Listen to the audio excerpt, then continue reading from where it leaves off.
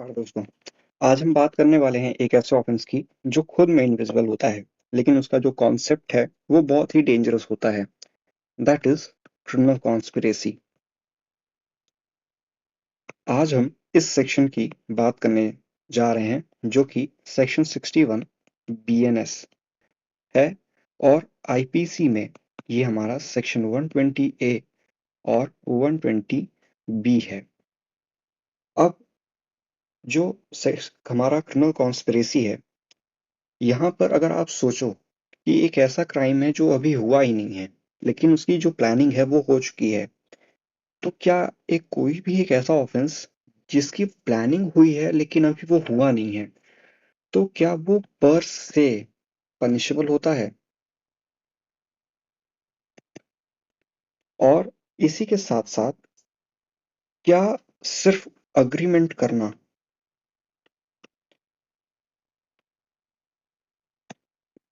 क्या वो पर से पनिशेबल होगा?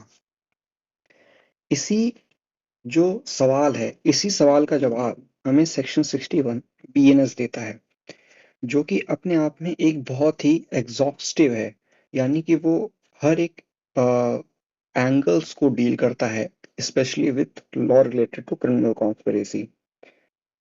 सो इस वीडियो के थ्रू आज हम समझेंगे कि क्रिमिनल कॉन्स्पिरेसी ऐड क्यों हुआ, व्हाई इट वाज एडेड, क्योंकि ऑलरेडी आपके पास कुछ क्रिमिनल कॉन्स्पिरेसी से डील करने का एक पहले भी लॉ था।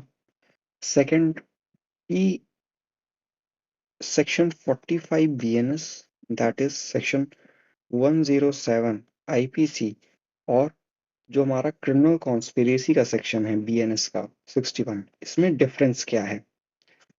प्लस साथ ही साथ हम यहाँ पर एक और डिस्टिंक्शन की बात करेंगे, that is section 3 clause 5 BNS, that is section 34 IPC, जो कि डील करता है कॉमन इंटेंशन से। सो इस वीडियो को आप एंड तक ज़रूर देखिए, क्योंकि ये topic exam purposes plus law की अंडरस्टैंडिंग के लिए बहुत ही इंपॉर्टेंट है। तो चलिए शुरू करते हैं न्याय ज्ञान के साथ। सो हमारा जो सेक्शन है, सेक्शन 61, ये हमारे नए लॉ में इसको हमने दोबारा से इनकॉर्पोरेट किया है, क्योंकि हमारा जो अर्लियर लॉ था वहाँ पे भी क्रिमिनल कॉन्स्पिरेसी अपने आप में एक ऑफेंस था। और जब हमारा आईपीसी रिपील हुआ, तो बीएनएस में भी लेजिस्लेचर ने जो है सेक्शन 61 के इसमें हमको क्रिमिनल कॉन्स्पिरेसी कर दिया, इसमें इनकॉर्पोरेट किया है। अब हम जो फेज है हमारा, ये क्रिमिनल कॉन्स्पिरेसी ऐड क्यों हुआ था, तो इसको समझने के लिए आप एक चीज समझिएगा कि हमारे आईपीसी में जो सेक्शन 120 ए और 120 बी है, आप देखोगे तो ये अमेंडमेंट से आए हैं, क्योंकि यहाँ पर कैपिटल ए और कैपिटल बी यूज है। तो ये क्यों आए? देखिए, 1913 में एक मूवमेंट था, फ्रीडम मूवमेंट्स कुछ थे। सो वहां पर क्या था कि ब्रिटिश इंडिया जो था, ब्रिटिश इंडिया के अगेंस्ट पे काफी सारी कॉन्स्पिरेसीज चलती थी, अग्रीमेंट्स होते थे कि जो इंडिया है उसको कैसे एक फ्रीडम कंट्री बनाई जाए, या फिर ब्रिटिशर्स के अगेंस्ट पे जो है हम कैसे अपनी फ्रीडम को हम क्लेम करें। सो उसके चलते कोई भी लॉ एब्सेंट था, क्योंकि कोई भी लॉ जो है उस वक्त पे कॉन्स्पिरेसी को पर से डील नहीं करता था। हालांकि उसके लिए कुछ स्पेसिफिक कैटेगरीज थी उस वक्त पे, लाइक 121 ए आईपीसी, जो कि बात करता था कि जहां पर अगर आप क्रिमिनल कॉन्स्पिरेसी करते हो वेजिंग वॉर के लिए, अगर आप गवर्नमेंट ऑफ इंडिया के अगेंस्ट पे, गवर्नमेंट ऑफ इंडिया नहीं बल्कि ब्रिटिश इंडिया वो स्पेशली होगा उस वक्त, क्योंकि ब्रिटिशर्स थे, तो उसके चलते हमारे पास एक सेक्शन तो था, लेकिन ये एक स्पेसिफिक सेक्शन था। आप देखो तो ये सिर्फ स्पेशली डील कर रहा था कि वेजिंग वॉर को लेके। और इसी के चलते जो लेजिस्लेचर था उस वक्त का, उसने हमारे इंडियन पीनल कोड में, दैट इज आईपीसी में, S section 120A and 120B को इंट्रोड्यूस किया ताकि पर से हम अग्रीमेंट को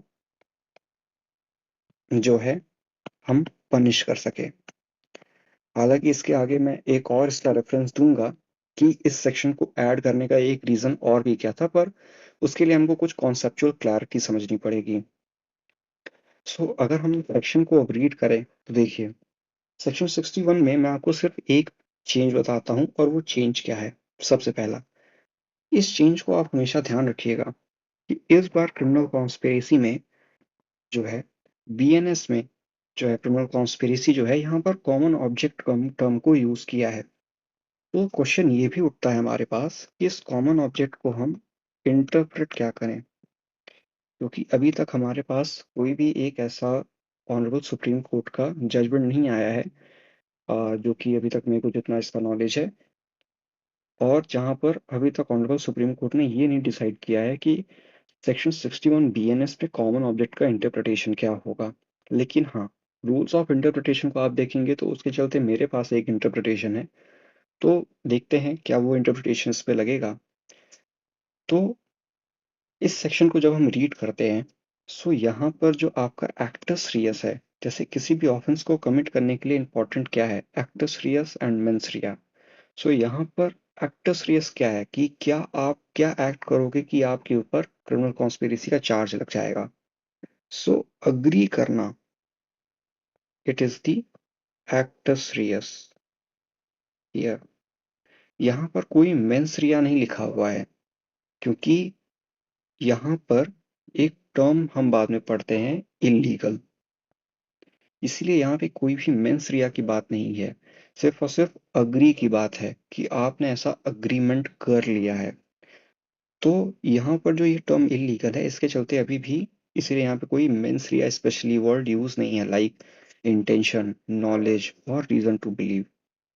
अगर हम इस सेक्शन को अब रीड करें, सो इट सेज कि when two or more person agree with the common object to do or causes to be done, that is what, an illegal act and or an act which is not illegal. By illegal means such an agreement is designated to be a criminal conspiracy. इसको आप थोड़ा सा भी समझो। सो अगर आप इसके essentials लिखोगे तो इसके एसेंशियल में आप क्या लिखोगे, दैट इज टू और more person agree first with what, with common object, third to do or causes to be done,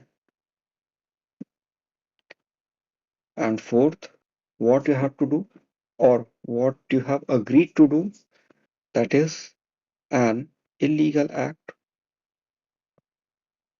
और इसको अगर मैं फिफ्थ ही बना दूं, or to do any legal act by illegal means। अगर आप 61 1B पढ़ोगे तो ये लिखा है ना, an act which is not illegal by illegal means, यानी कि ये एक्ट इलीगल नहीं है, यानी कि ये एक्ट क्या है, लीगल है, लेकिन आप उस एक्ट को इलीगल मीन्स के थ्रू करते हो, तो ऐसा कोई अग्रीमेंट भी डेजिग्नेट किया जाएगा क्रिमिनल कॉन्स्पिरेसी को। Example, A and B agree to commit murder of X. Here what A and B has agreed, they have agreed to commit an offense, that is to commit murder। ये इनका agreement है कि हम murder करेंगे, किसका, x का। So this is criminal conspiracy. ठीक, ये तो हो गया हमारा एक सिंपल जनरल रूल। अब आते हैं हम डेफिनेशन ऑफ इलीगल पे। इलीगल क्या कहता है? इलीगल ये कहता है, जो डेफिनेशन है इलीगल की, वो ये कहती है कि illegal is applicable to everything which is an offense, which is prohibited by law, or which furnishes a ground for civil action. So, as per section 2 clause 15 of BNS, illegal means offense prohibited by law, and third, ground for civil action. ये तीनों हमारे होते हैं illegal means के। ठीक, तो illegal जैसे offence का, A and B agrees to do what? To commit an offense or to kill X. ये एक offense है। Prohibited law Y means what? Anything which is prohibited in any special or local law.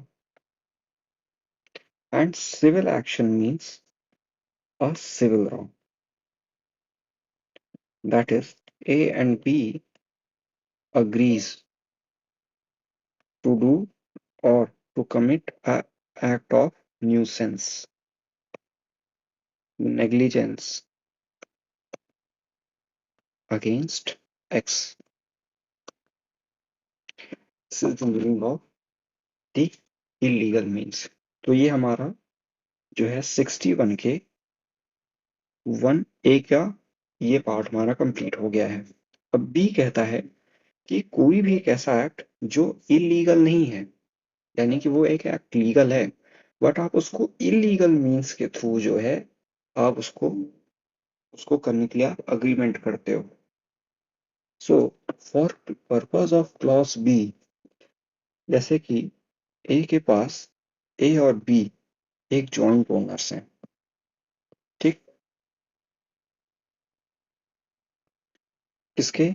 एक land के। ठीक है, ये एक land है। मान लेते हैं ये लैंड जो है एक्स नाम के व्यक्ति ने के कब्जे में है। ठीक, अब ए और बी के पास लीगल रेमेडी है कि सूट फाइल करें, बट ए बी ये नहीं करते हैं। ए बी क्या करते हैं कि कुछ गुंडों को जो है भेजते हैं कि जाओ और जाके एक्स के पास जो लैंड है हमारी उसको छुड़ा कर लाओ। तो यहाँ पर अपने लैंड को वापस पोजीशन में लाना आना वो इलीगल एक्ट नहीं है, वो एक लीगल एक्ट है कि आपका लीगल राइट है कि आप अपने लैंड को वापस से अपने पोजीशन में लो। बट जो आप ये गुंडों को, यानी कि ये जो आप मान के चलो कि एक गैंग है, आप उस गैंग को हायर कर रहे हो और एज पर सेक्शन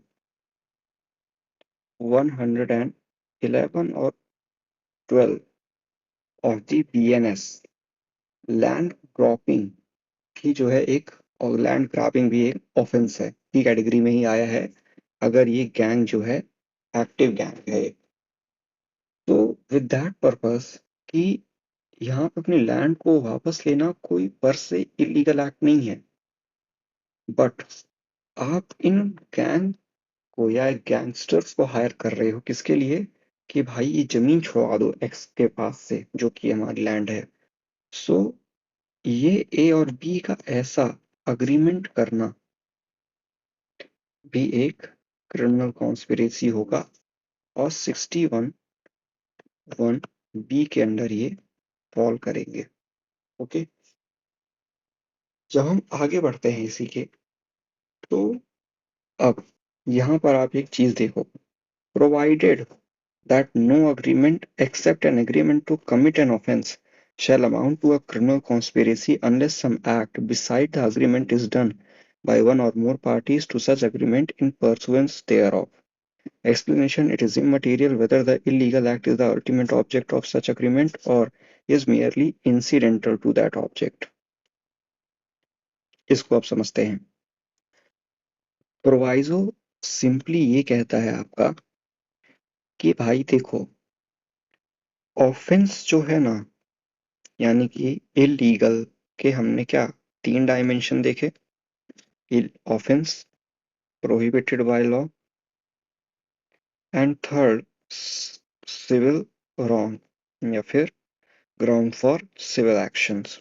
ठीक, तो प्रोवाइजो ये कह रहा है सिंपल कि ऑफेंस के लिए जो अग्रीमेंट होगा वो पर से पनिशेबल होगा।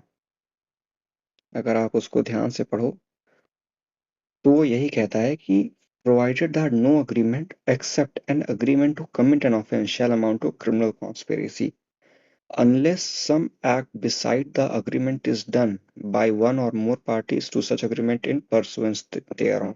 ठीक, तो यानी कि प्रोवाइजो ये कह रहा है कि ऑफेंस के लिए जो है पर से एग्रीमेंट करना पनिशेबल है, यानी कि ए और बी का अग्रीमेंट करना टू किल एक्स इस पर से punishable.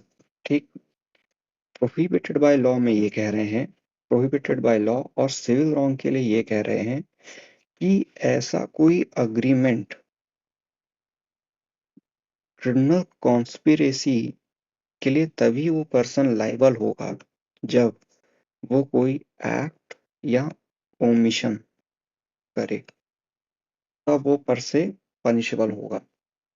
That is A and B agrees to do what? To do nuisance against x। A बोलता है कि जो है हम एक्स के घर के बगल में जो है एक खूब तेज तेज गाने बजाएंगे। ठीक, बी मार्केट जाता है और जाके डीजे ले आता है और खूब सारे स्पीकर, और एक्स के गली में बजाने के लिए ये लोग तैयार हैं, लेकिन अभी बजाए नहीं हैं। यहाँ पर बी का मार्केट जाना, डीजे और स्पीकर खरीदना, ये क्या है? एक्ट। और अगर ये इनमें से कोई एक्ट या ओमिशन कर चुके हैं तब A and B will be liable for the offence of criminal conspiracy. ये आपका प्रोवाइजो कहता है। एक्सप्लेनेशन सिंपल एक फैक्ट बोलता है कि आपका जो इलीगल एक्ट है वो अल्टीमेट ऑब्जेक्ट हो या ना हो, चाहे वो अल्टीमेट ऑब्जेक्ट हो या वो सिर्फ और सिर्फ इंसिडेंटल हो। इंसिडेंटल मतलब साइड लाइन, मतलब कि आप कुछ सोच, मेन ऑब्जेक्ट आपका कुछ और है और इंसिडेंटल ऑब्जेक्ट आपका सेकंड प्रायोरिटी है, बट वो भी एक क्या है? वो भी एक इलीगल एक्ट है। फिर भी उस इंसिडेंटल एक्ट के लिए आप पर से फिर भी लायबल हो जाओगे अगर वो एक ऑफेंस हुआ तो पर से। अदरवाइज अगर आपको बाकी की जो 2 कैटेगरी है उसके लिए आपको कोई क्या करना पड़ेगा? एक्ट या ओमिशन परफॉर्म करना पड़ेगा। अब जो सेकंड है पनिशमेंट, पनिशमेंट बहुत ही इसकी सिंपल है। एक बार हम इसकी पनिशमेंट पढ़ते हैं। पनिशमेंट ये है कि who commit an offense with death, imprisonment for life, rigorous imprisonment for a term of 2 years or upward, shall, where no express provision made in this Sahita, be punished in one manner if he had abetted such offense। बहुत ही आसान है। Punishment एक laws में क्या है कि अगर आपने कोई भी एक ऐसा अग्रीमेंट किया है जिसकी पनिशमेंट डेथ है, इम्प्रिजनमेंट फॉर लाइफ है, या फिर रिगरस इम्प्रिजनमेंट है जिसकी पनिशमेंट 2 साल या फिर 2 ईयर अपवर्ड है और वो भी rigorous.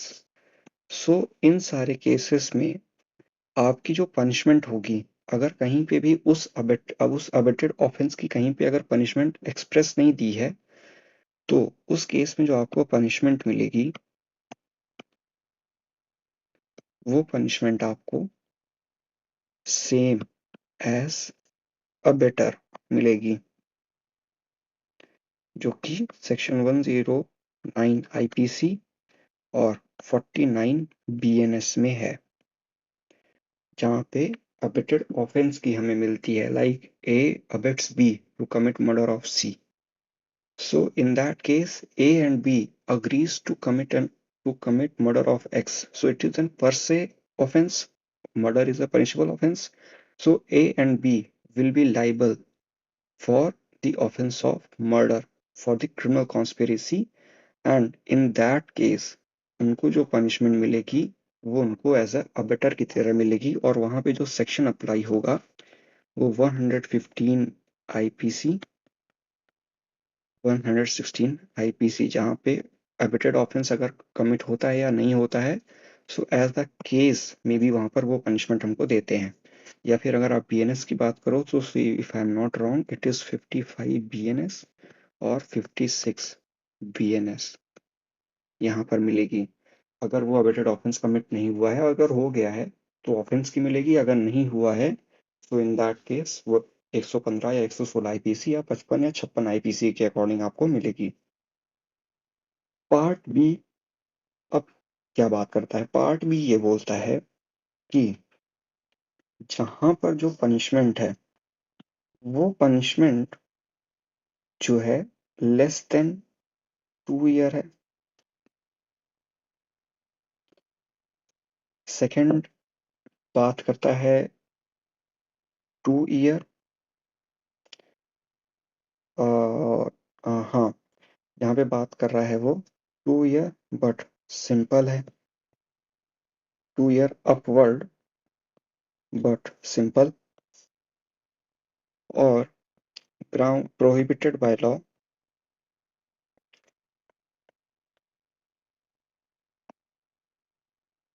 Plus ground for civil action.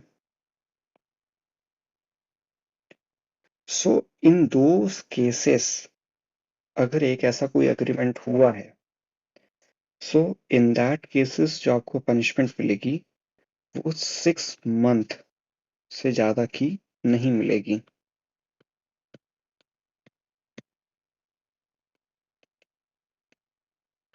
ये है आपका सेक्शन 61 बीएनएस.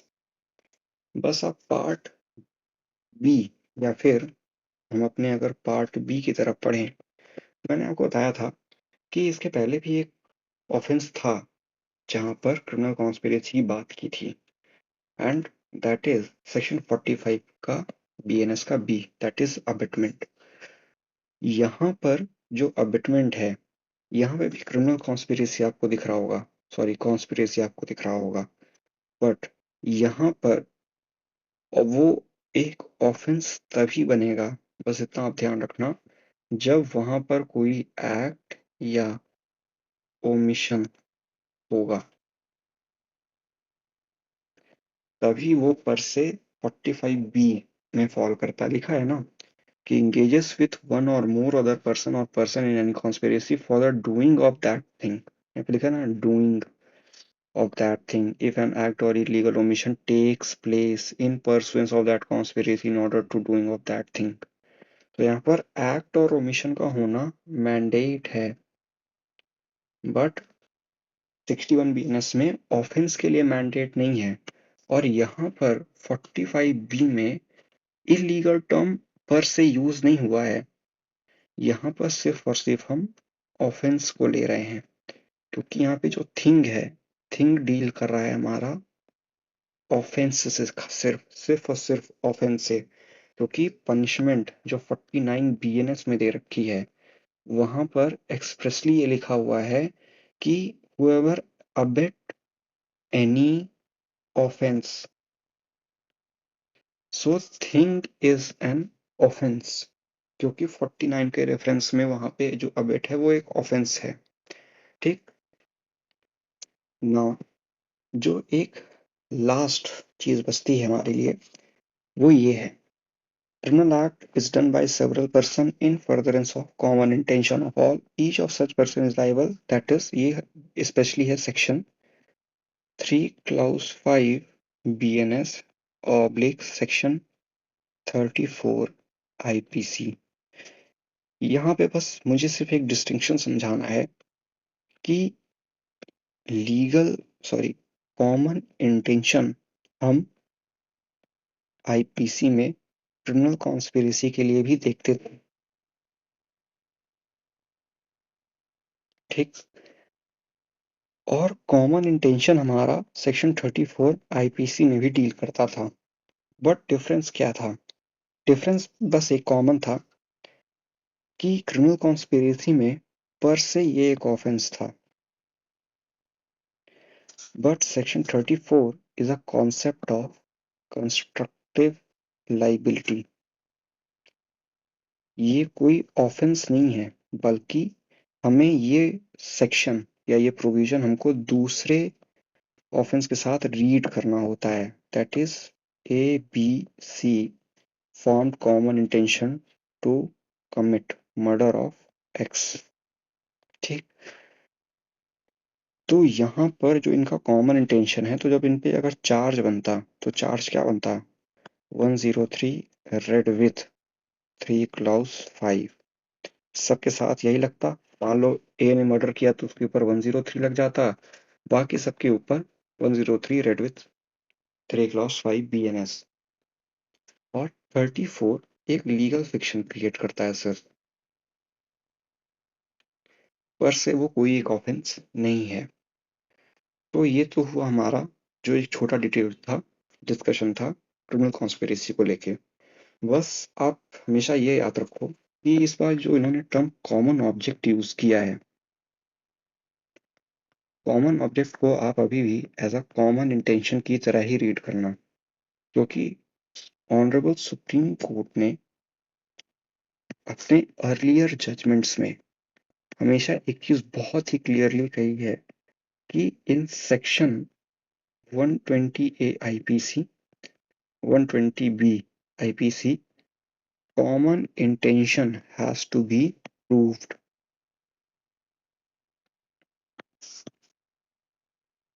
और एक यहाँ पर कॉम्प्लीमेंट्री ऑफ एक्शन होता है, और कॉमन ऑब्जेक्ट में एक क्लोज निट अग्रीमेंट नहीं होता है, ये थोड़ा वाइडर एम्बिट होता है।